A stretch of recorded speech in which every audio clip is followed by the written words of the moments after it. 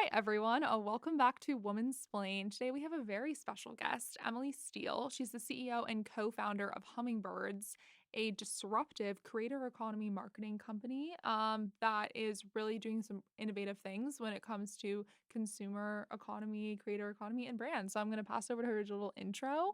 We're going to dig in more.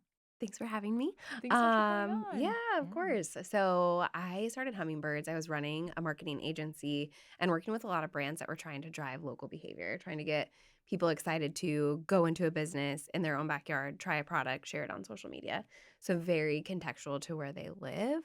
Um, and I just realized word of mouth marketing in a local environment is incredibly powerful.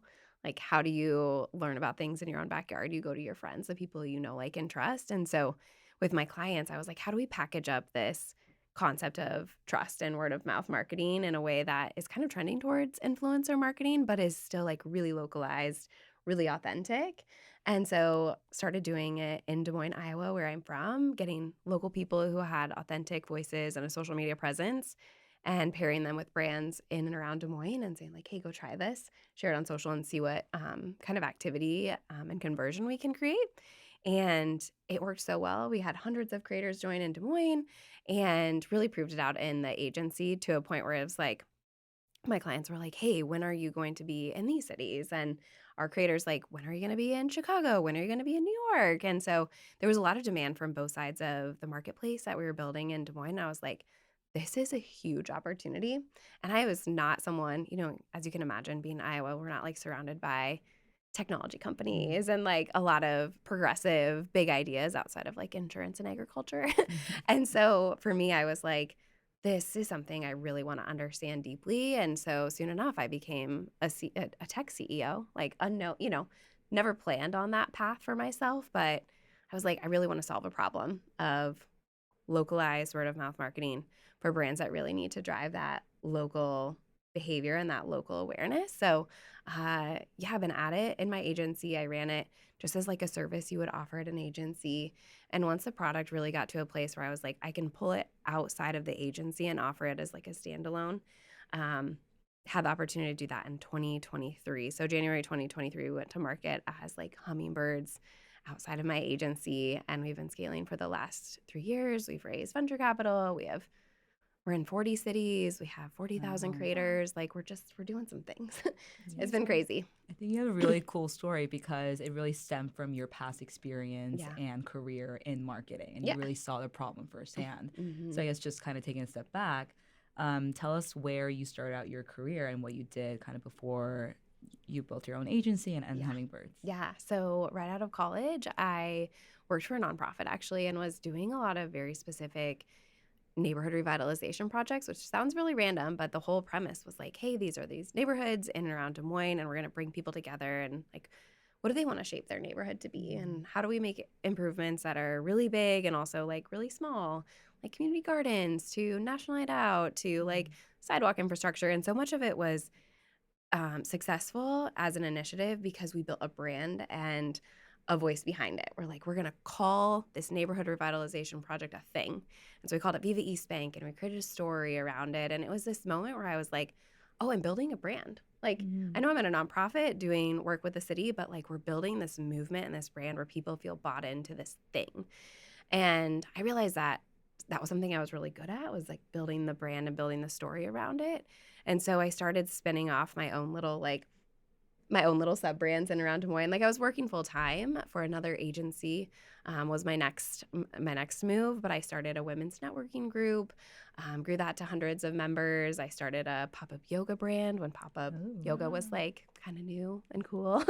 um, and I just again I was very successful and hey, here's how we're going to build the brand and here's how we're going to get people really excited to come to our events. And like you two both know this world really well, right? Like when you find something that's actually solving a problem and you're doing it in a way that's differentiated, people can get really excited. And so I think it was the path of like being really good at seeing a gap in the market and an opportunity and saying, I'm going to take like one step in front of the next to say, like, how do I bring this to life and then keep building versus having like this whole perfect business plan with exactly what I was going to Mhm.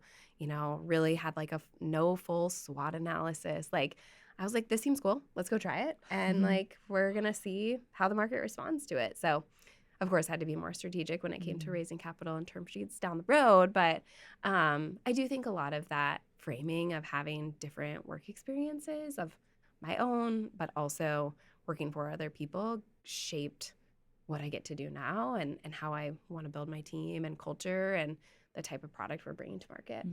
That's amazing. And obviously, you've had a lot of jobs. You started multiple different brands, Yeah. obviously, grown them. Did you always have kind of an entrepreneurial mindset? Did you always think you were going to found your own company? Yeah. Like, tell us about you when you were, if you as 18 were like Yeah. looking at you now, would you be surprised? Oh, yeah. Very surprised. I grew up in a really small town, and I just never really saw if someone was an entrepreneur, they owned like the bakery in town or something that just was not interesting to me. So I never really looked at entrepreneurship in a way that it just never resonated with me. And so even in college, like the entrepreneurship path was just like, I don't think I even knew about it. So I did marketing and PR, and I very much on that path was like, I want to build something and get people excited about it. And that's where the marketing and PR comes in. I just never would have thought, oh, I'm like built to be an entrepreneur. But I realized I can look back and like in high school, I was the one like creating shirts for fundraisers and like selling things and like getting my friends excited about joining these projects and random things. Like, I was like, I'm going to make cheerleading cool again in Pella.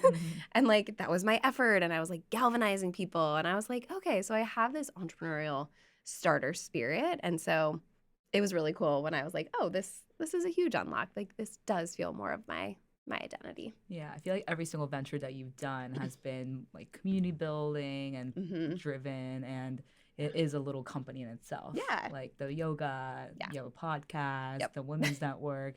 It is really building a company from the ground up. Yeah. So it really makes sense how you kind of ended up with Hummingbirds. Yeah. Something that I think is really interesting is you have been kind of in this field for a long time, and now, content driven by creators and consumers is really easy because of things like TikTok and Instagram and other types of advertisements. But even 5 years ago, before TikTok, before COVID, it really was a new thing.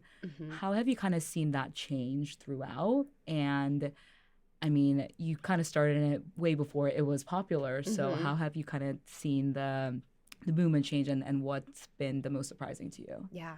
So starting Hummingbirds, I love sharing the story because it just kind of shares the heartbeat of the brand. My father-in-law was like, hey, he went around dinner table and he was like, these are all the birds you are as a personality. And he was like, my brother-in-law is a blue jay and my sister-in-law is a black-capped chickadee. And he gets to me and he's like, you're a hummingbird. You're like a pollinator who like flits around and does all these things and is sharing what's going on in the community.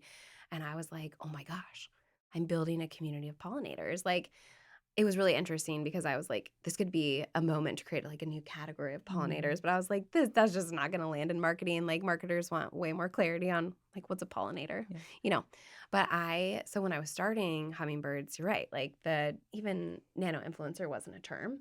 And so essentially we were just like total open field, like trying to define something that didn't exist. People could really understand local influencer, local creator.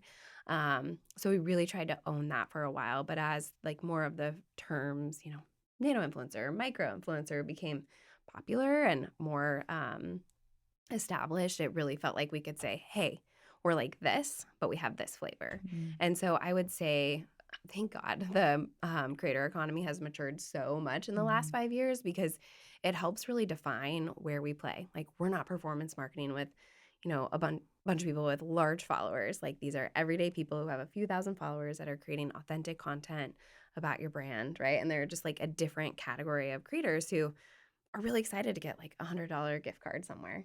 And like that definition over the past 5 years has been really helpful because in early days of any startup, you're really educating like what we are, what we do, where now people are like, nope, that makes total sense. I get it. I get why you're not micro influencers. I get why you're not mega. I get what nano is. So it's been really nice. And what is, I guess, the definition of all the different types of influencers? Yeah. I mean, and it varies too sometimes by the different platforms. So like Instagram versus TikTok. But I would say like that micro influencer typically has call it 10,000 to 50,000 followers, give or take. And usually you can obviously have like lifestyle micro influencers, but a lot of times micro influencers will be very focused on a subject. So like wellness or Beauty, beauty or like an Amazon healthcare. fashion, like getting Yeah. even more Mhm. niche. And that's just like that's what we tend to see in that space of being a micro influencer. Nano is typically anywhere between like a few thousand to 10,000 followers. Some of them are aspiring to move up towards that micro, but a lot of them are like, no, like this is a side thing for me. Totally cool to do like a few brand deals a month, but like I don't have the capacity for more. And then macro mega are just like your big names, the Mhm. like Kim Kardashians of the world, or a million plus followers. You're just working with a totally different persona and person at that point. A lot more negotiating contracts, Mhm. and yeah, it's just a different league for sure. So I feel like this target Mm-hmm. was quite forward thinking, considering I feel like there's now such a push on social media for like authenticity Mm-hmm. and engagement Yeah. around advertising or like user generated content, whatever you want to call it. But also, there wasn't really any nano influencers, like honestly, 2 years ago. So, how do you sort of land into this quite forward thinking like target? Do you Mm-hmm. know what I'm saying? And how has it really grown? I guess more as sort of the push and the wave toward like this authenticity and like community building like wave has Yeah. happened. Yeah. Yeah. It's interesting because I think maybe Goldman Sachs put this out, but I think in the next few years, there's going to be like 50 million creators. There are so many people who aspire to be creators. Yeah, I of think it course. just seems like it seems like actually something attainable. You can start an Instagram account and talk about your life and like make real money. Mm. It's It's also easy. necessary for like to promote like your business and stuff right now. Yeah. I feel like there's Yep. such a like this is a new trend, but Yep. it's like, oh, like you own a business or you have something going on. It's like you literally have to like somehow have some Yeah. sort of presence to like do Totally. it. So then you're technically a creator, even Yeah. though they may or may not like define themselves Yeah, that way, right? exactly. Yeah. Yeah. But I think we're capturing this segment of people who are like very creator curious. They've been using Instagram. They enjoy the process and the creative outlet of assembling a reel and like editing it and writing the copy. It just feels really like there's a lot of creative control. You get to decide like how you format the video, how you write. And so I think it's really appealing to be a creator and to test those waters because especially if you really enjoy the process of, assembling a reel. It does take a Mhm. lot of work and time, but those are the people who are like, "Hey, if you've been curious about this, we have a community where we'll teach you how to find your authentic voice and then try different brand collaborations that really feel true to you." And that's been an anchor for us from the beginning. Like, we would never want creators on our platform who are doing campaigns that they're like, "I actually hate Greek yogurt, but I'm going to do Mhm. this campaign." Like, no, just actually please don't. Yeah. You know, so we really lean into that messaging where I think a lot of other creator platforms or creator groups have been like, hey, here's the like, you post 4 times a week. They all need to be a reel. You need to have this specific hook. You need to do this. And like, there's nothing wrong with that. That is a Mhm. framework that has supported people. But I think there's another perspective of like, what's your flavor? How do you want Mhm. to show up? Like, Yeah. how do you want to be perceived and what value do you want to offer? And that doesn't always come in a perfect structure. And so I think why I think we've gained so much traction is we've just been really consistent about like, this is a community you're building. This is what we care about. This is who's right for what we're building. And we continue to grow our social channels and our reach. And then people see their friends doing it and they're like, you're not even a creator.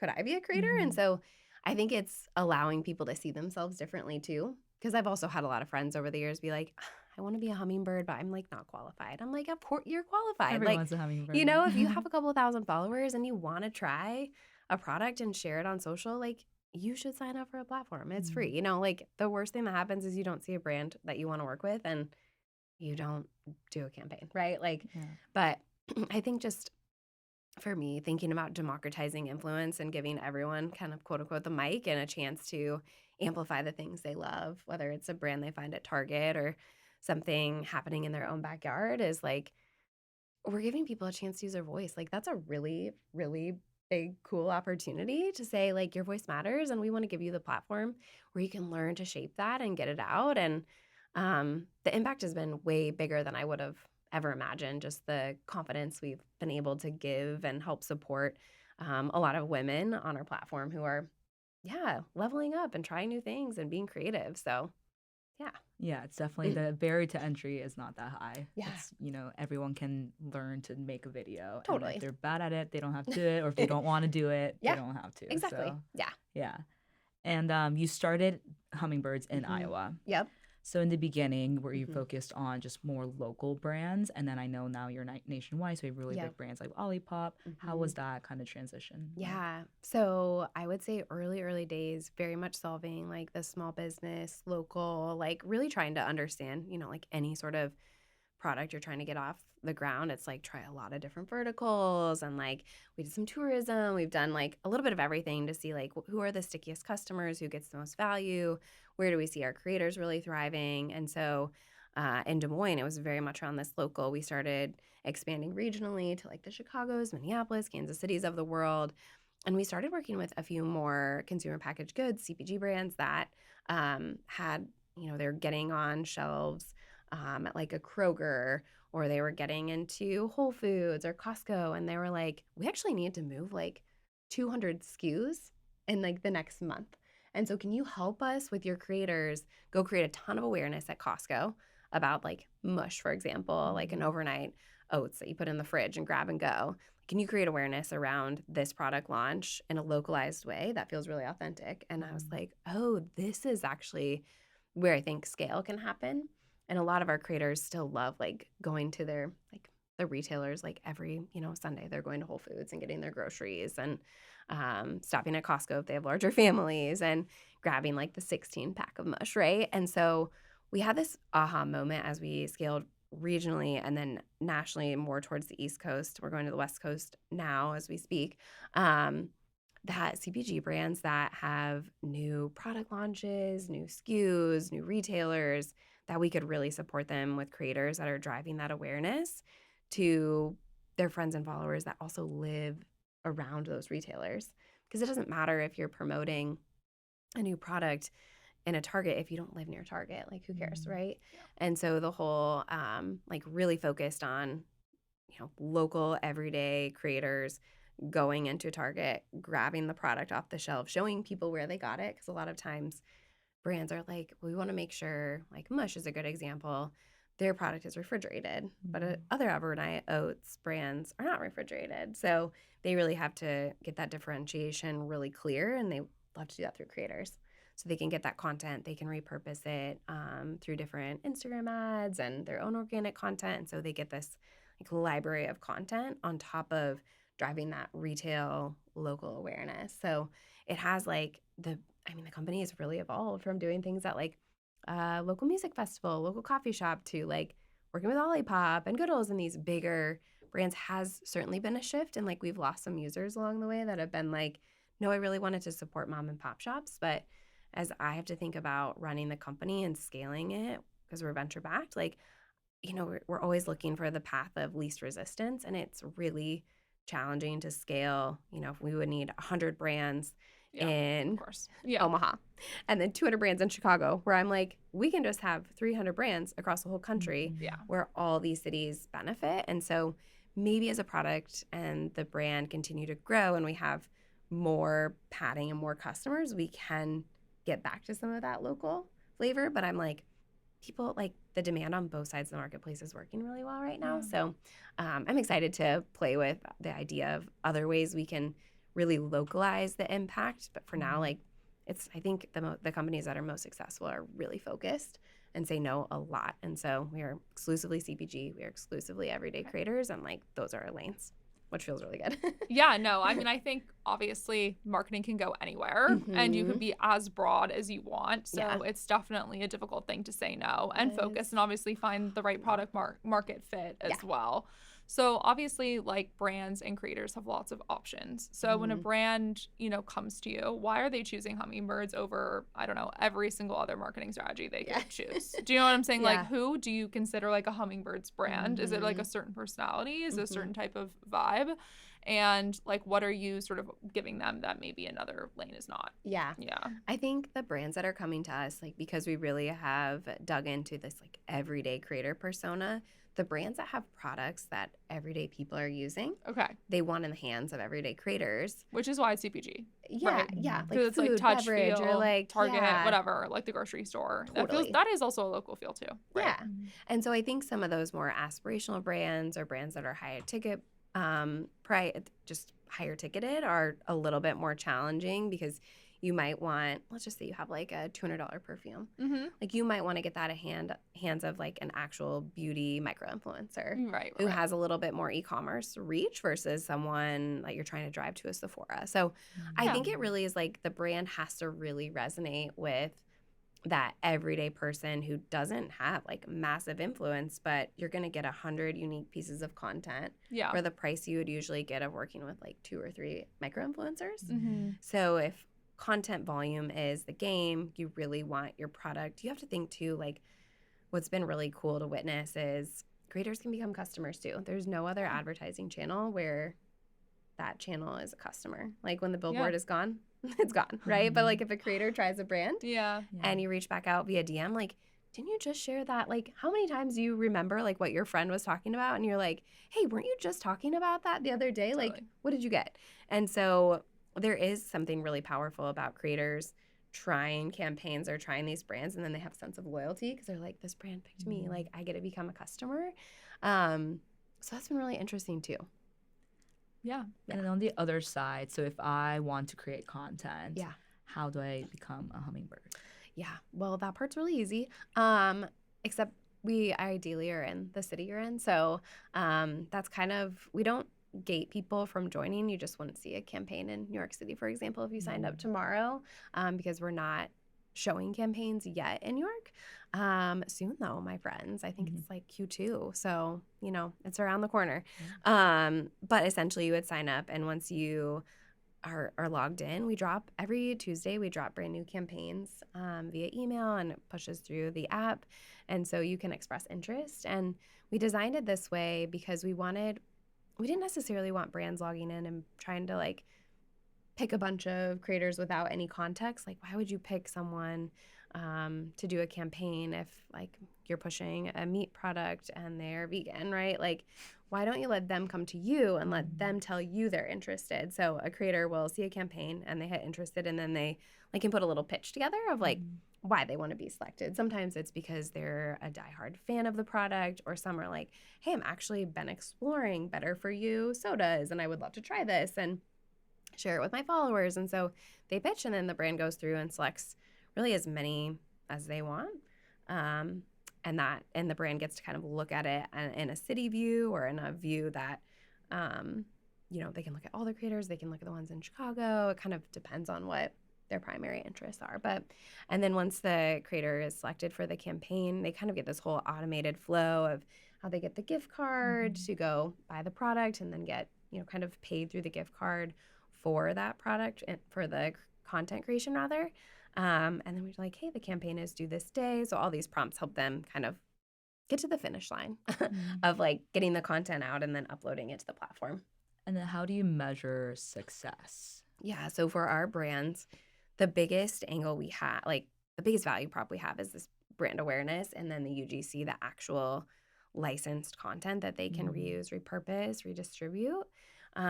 We find a lot of teams come to us, they have a lean marketing team. And so using software like ours, where they can work with hundreds of creators with a few clicks of a button and creating different campaigns, saves them dozens and dozens of hours. As you can imagine, like going one by one, sending DMs to like nano influencers and trying to track all of it. I'm like, maybe you have done some of this, right? When you're inviting people to things, and like tracking things at a DM level is really, really challenging, and it already takes like a real human to do it. We've done all that work. We've got the people who are excited to try it. You just have to like put them through the automations we've built. And so it really saves a lot of time. You get the content from that, and then you get all the social media awareness, engagement, impressions, reach that marketers are really measuring to understand the story and the impact. So we don't, like, at this point, we have a lot of innovation we'll do this year, but we're not for performance marketers today. Like, if someone was like, you need to show me point blank the attribution of this campaign and how many products moved off the shelf within this time window, I'd be like, we can't. And like you won't enjoy hummingbirds if that is Mm. like what you need to see. And that's okay. There are a lot of companies that are very brand first, like trust that, things fall into place if they're doing things that resonate with consumers, which is creator marketing. So, yeah, we're not for everyone, but neither is everything else in the world isn't for everyone. So, we really, again, like stay in our lane on brand marketing and social media awareness, and that works for brands. So, yeah, Yeah, no, obviously you've had tons of success and have yeah, continued to grow, yeah. which is really exciting. And how obviously AI Mm-hmm. affecting this world a lot in Oh my terms of gosh. just like AI generated content, in terms of Mm-hmm. editing, in terms of everything. How is that sort of managed on your site? Yeah, And how are you thinking of probably utilizing that to grow as yeah. well? We use AI so much in our just like engineering and how we're getting product out and our marketing teams. Like every department inside of Hummingbirds, we have about 40 employees at this point, is using it to drive efficiency. Like we decided very early, like every time we raise capital, we're not just going to blow up our headcount. We want to be as efficient and lean as possible, which means you need to leverage AI tools. When it comes to the world of creators and AI, it's funny. Some people who just like don't deeply understand this are like, oh, I bet you're super threatened by that. I'm like, no, in no way can like a real person go to Target, have an experience with something in their own backyard and like share it in a way that's authentic. Like AI is not going to take over the everyday creator world in the way that we add the value of like we're sending real people into a retailer to grab the product, which is inherently driving velocity. Like unless we're getting robots out there doing this, maybe in the 20 years or so, maybe probably sooner, but like AI is definitely shaping like the speed. And I'm sure like y'all are seeing this and feeling this too. Like the bar is set higher on the outputs of each teammate, knowing that AI can help drive a lot faster. So Yeah. especially on the engineering side of the house, which is so exciting. Yeah, no, of course. Mm-hmm. And obviously you've raised, so that's amazing. Mm-hmm. Congrats. You continue to Thanks. grow. Tell us about like that process, the decision to raise, kind of where Hummingbirds is going. Yeah. Yeah. So after we got really solid product market fit, I was a solo founder when I first started Hummingbirds, and I knew I wanted a co-founder. I thought in my mind, I was like, probably a CTO, but truly like being someone who was not deeply immersed in this space, didn't live in the Bay Area, didn't live here in New York.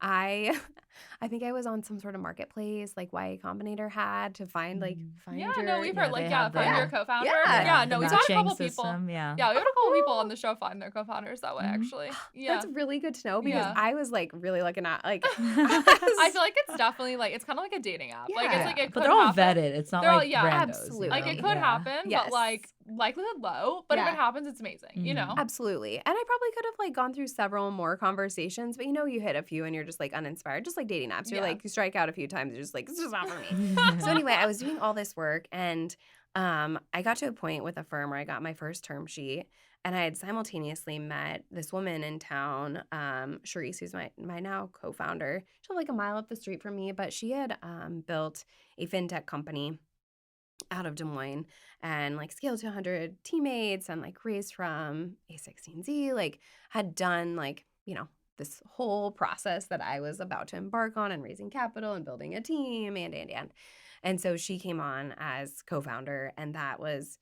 instrumental because I had found too, even early conversations with angel investors and VC firms, like the solo founder who's never scaled a tech company, high risk when you like look at all the company Yeah. opportunities, like, Yeah. and I totally knew that. So having Charise on board who had been there, done that, worked with like tier one firm, like this built so much confidence in investors as well.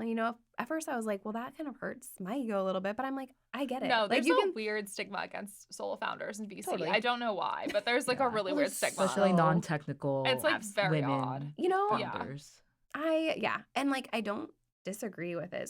Like it's really challenging. Like I can't imagine what I would need to do without her and other it's so much work.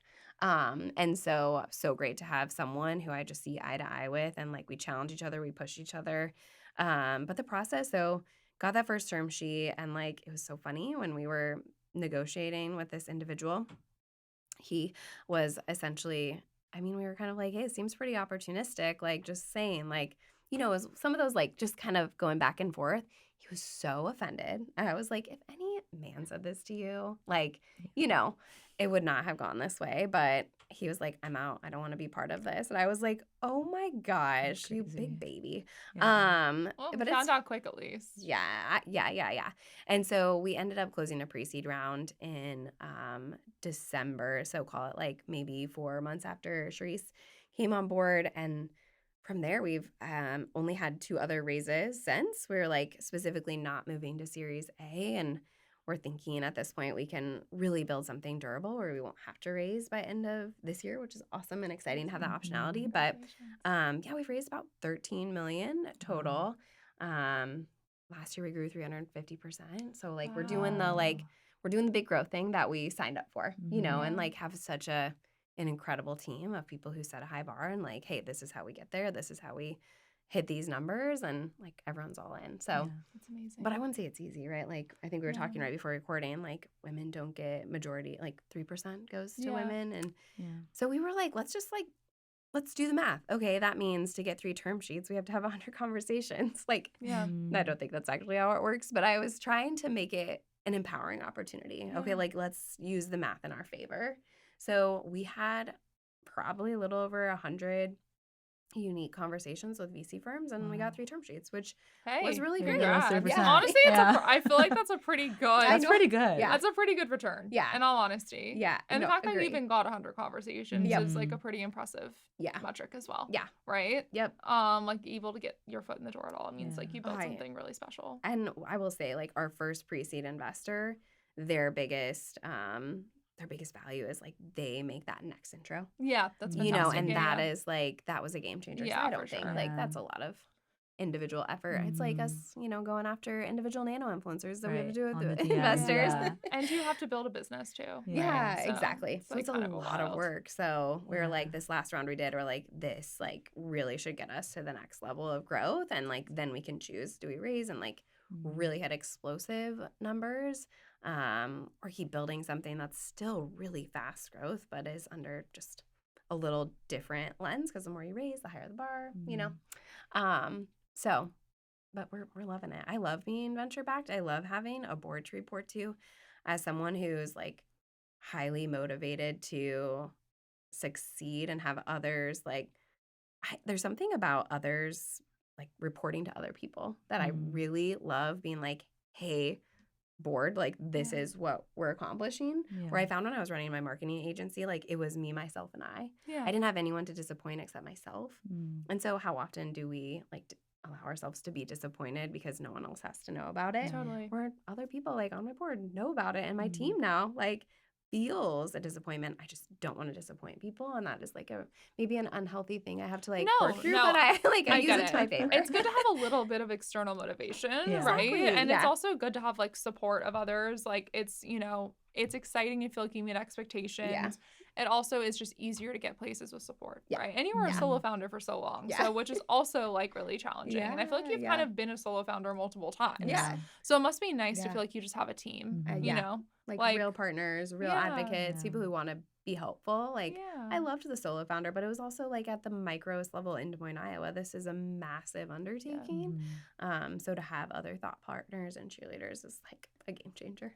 It's amazing. And what was that process like being in Iowa? Obviously, you're not on the coast. You're not in the Bay. You're not in New York. Was that difficult for you? And did you ever think to, you know, move to either New York or the Bay? You know, because I think there's some decent VC firms in the Chicago area. So that helps from just a volume of conversations we initially could have at the pre-seed level. We just, there was a decent amount of interest, I would just say, across Midwest in general. There's more firms than I realized as we were kind of starting the experience. I wouldn't even like have entertained moving to either coast. So we were like, we're gonna have to make this work. I think there's so much that would have been easier on the coast, but I'm like, if we managed to do what we did in Iowa, like, and that's why I love sharing this story too, because I'm like, we were 2 female founders. Odds were stacked against us. We live in Iowa, like, and we managed to raise multiple rounds of venture capital. And it just like, I hope other women listening, if they have the opportunity to build something that does like scale through venture capital, know that it is possible. You can write your own rules. And I don't know if you guys do human design, but I'm a Manny Gen. And so I'm like meant to like bring new things and do new, like see the world differently and do things differently than other people have done. And so I was like, there are different ways that you can build companies. And like, I would have loved to build it in New York. That just like isn't on the table at this stage in our life. So I just get to come here instead and be on podcast with you. I know. Well, I think it's incredible and it is an inspiration. You know, I feel like especially social media, like puts up such a picture of like you have to have like an Ivy League degree and you have to like do all these things and this is the only way to raise around. And I think it's awesome that like your background wasn't necessarily like in like, I don't know, quote unquote, like the perfect like VC person and you built something incredible and were able to like continue to grow. So I think it's awesome. And speaking of, I know you have 2 young kids. And how, I mean, would love to just talk about that. Like how are you building a business with kids?